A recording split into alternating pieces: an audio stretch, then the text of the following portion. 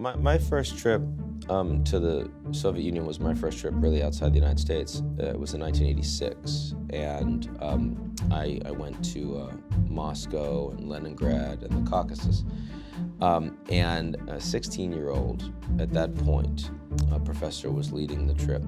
And here I am. This is Gorbachev had just come into power a few months before, but this was well before glasnost or perestroika.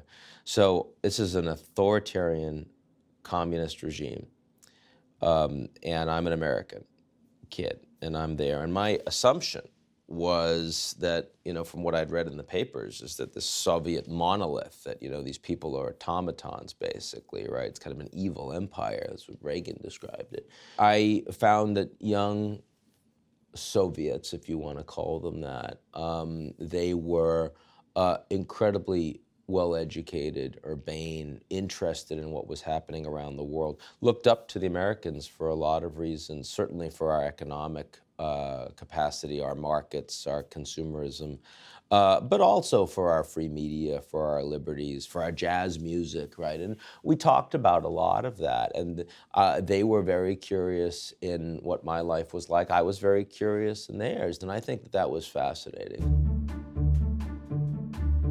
It was very clear that when the Soviet Union started to fall apart, and fell apart without great violence, and fell apart because Gorbachev allowed for a peaceful transition from empire to a post-Soviet experience in 15 countries, that there was a lot of goodwill towards the United States, that there was a lot of desire of many citizens across this part of the world to reach out and work together with the Americans, and this hope, this belief that we could foster a new world order of cooperation, and that we could help, bring the Russians up the way we did with vanquished military foes after World War II with the Marshall Plan. Now, of course, didn't happen.